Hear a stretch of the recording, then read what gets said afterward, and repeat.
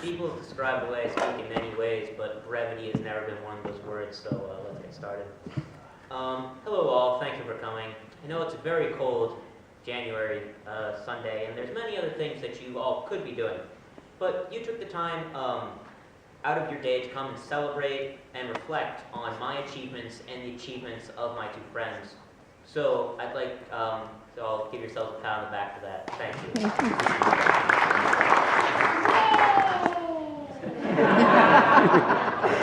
Now, reflecting on something that has been part of my life for so long and so significantly as scouting has given me a lot to say. So, buckle in. First and most importantly, I have some people to thank.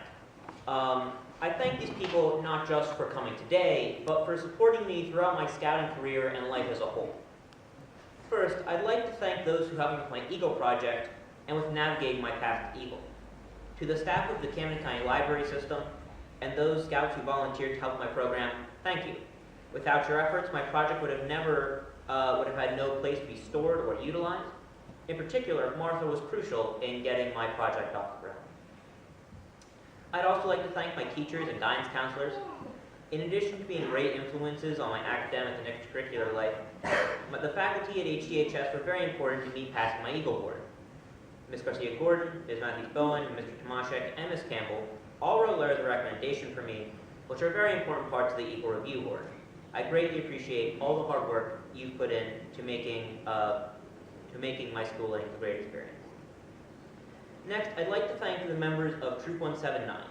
Scouting is not a solitary activity, and all of my fellow scouts have been very important in getting me to where I am today. In particular, I'd like to thank Colin Jones.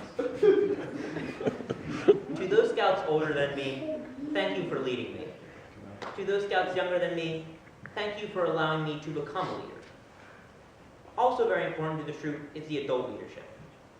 Mr. Stein and Mr. Mulgrave have been very important people in my life. Scouting has played a crucial role in me developing into an adult, and it wouldn't have happened if it weren't for the long and difficult hours that troop leadership spent planning, driving, camping, and guiding the scouts of the troop. Being a scoutmaster is a difficult job that Mr. Stein and Mr. Mulgrave have taken on in addition to the numerous other aspects of their lives. I thank you both for volunteering with the Scouts because it has a real positive impact on my life and the lives of my fellow Scouts. I'd also like to thank my friends. I've had a lot of fun with them over the years, and they've also supported me throughout the various aspects of my life, so I thank you for that. Lastly, but definitely not least, the last group of people I'd like to thank are my family. My three brothers, Will, Sam, and Joel, were old Boy Scouts, and a large reason I joined and stuck with Scouting. They gave me a lot of their personal gear and advice that I needed to take advantage of all the great opportunities Scouting offers. In particular, Will coached me through the process of becoming an Eagle Scout.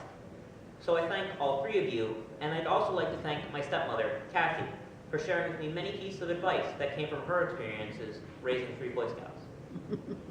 And finally, I'd like to thank my mom and dad. You've done too many things for me to list here, but we both know that you've gone above and beyond your obligation as Scout parents. Thank you for the incredible time and financial commitment you've made to my scouting career. I still remember all those times you got up at the crack of dawn to drive me to a camping trip, and those numerous times I was still packing for a trip the night before, and I realized I needed something that you told me I would need, and that I should have gotten a week ago. But yet, you still drove me to the only store that was open to get me what I needed to have a fun trip. So, thank you. Not only am I who I am today because of you, today I am because of you. I would now like to address the younger Scouts in attendance.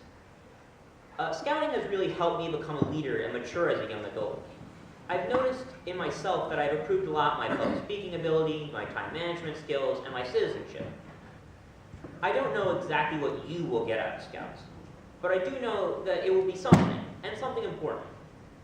I tell you this because when you're early in your scouting career, it can be hard to keep that in mind and keep going when you face the ordeals. But I just want to say that it's worth it. Every one of you will have a time when it doesn't seem so. Most, if not all of you, will have moments when you consider quitting something, whether that be Scouts or something else. When that happens, I want you to remember this. Keep going. Whatever it is, you'll get something valuable out of it. I'll leave you with a short anecdote of one of the times in scouting that I had a moment in doubt. It was my first summer camp, and I had been in scouts less than a year. I was pretty much new to all things outdoors and camping. We were at Camp Roosevelt, and things were going all right, but I started to feel down on the third night. The past few nights, I hadn't slept great, but I was convinced I wouldn't be able to sleep that night. I was so homesick. It only got worse when the sun went down. There's something about the towering trees against the starry and still pitch-black sky that amplifies the emotions you've been harboring throughout the day, whether they be good or bad. I took out my phone and I called my parents. I was crying, begging them to come pick me up. I was so desperate to retreat from the dark unknown of summer camp to the familiar warmth of my own bed. They didn't pick me up. They said I should work through it, and that I would feel better in the morning. At that time, I didn't believe them, but in retrospect, they were right.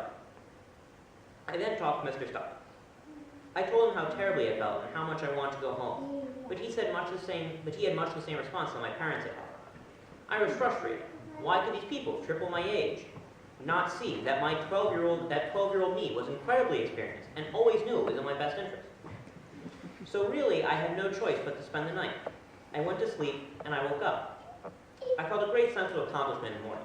I wasn't homesick anymore. And here's the part of the story where this just becomes not just a single event, but a critical point in my life. That was the last time I've ever truly been homesick. It may sound made up, but on my Scout's honor, I'm telling the truth.